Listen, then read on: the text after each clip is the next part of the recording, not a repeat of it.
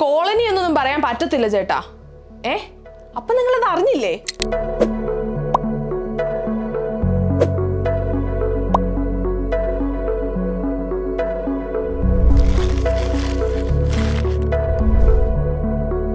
മുടി കളർ ചെയ്യുന്ന, അൺകൺവെൻഷണൽ ആയ വസ്ത്രം ധരിച്ച് താടിയോ മുടിയോ ഒക്കെ നീട്ടി വളർത്തിയ, ചുരുക്കി പറഞ്ഞാൽ നമ്മുടെയൊക്കെ മനസ്സിനെ തൃപ്തിപ്പെടുത്താത്ത ഏതൊന്നിനെയും കണ്ടാൽ കോളനി എന്ന് വിളിച്ച് അധിക്ഷേപിക്കുന്നത് ഒരു വിഭാഗത്തിനിടയിൽ ട്രെൻഡായി നിൽക്കുന്നുണ്ട്.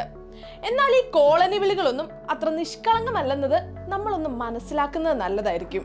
കോളനി എന്നത് പാർശ്വവൽക്കരിക്കപ്പെട്ട ഒരു കൂട്ടം ആളുകൾ താമസിക്കുന്ന ഒരിടമായി കണ്ടിരുന്ന ഒരു കാലം നമ്മുടെയൊക്കെ ഇടയിൽ ഉണ്ടായിരുന്നു.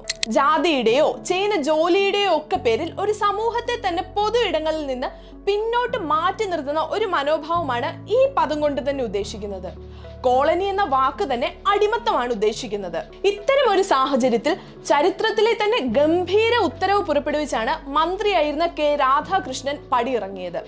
കോളനി, സങ്കേതം, ഊര് എന്ന പദങ്ങൾ ഇനിയില്ല.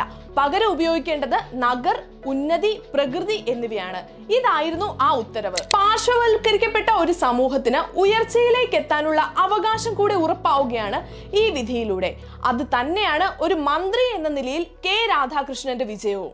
പട്ടികജാതി പട്ടികവർഗ ക്ഷേമ വകുപ്പ് കൈകാര്യം ചെയ്യുന്ന ഒരു മന്ത്രി ചെയ്യേണ്ട ഏറ്റവും ഉചിതമായ കാര്യം, അരികുവൽക്കരിക്കപ്പെട്ട ഒരു സമൂഹത്തിന് ഉന്നതിയിലേക്കുള്ള വാതിൽ തുറന്നുകൊണ്ട് ജയിച്ച MP ആയി അദ്ദേഹം പടിയിറങ്ങി.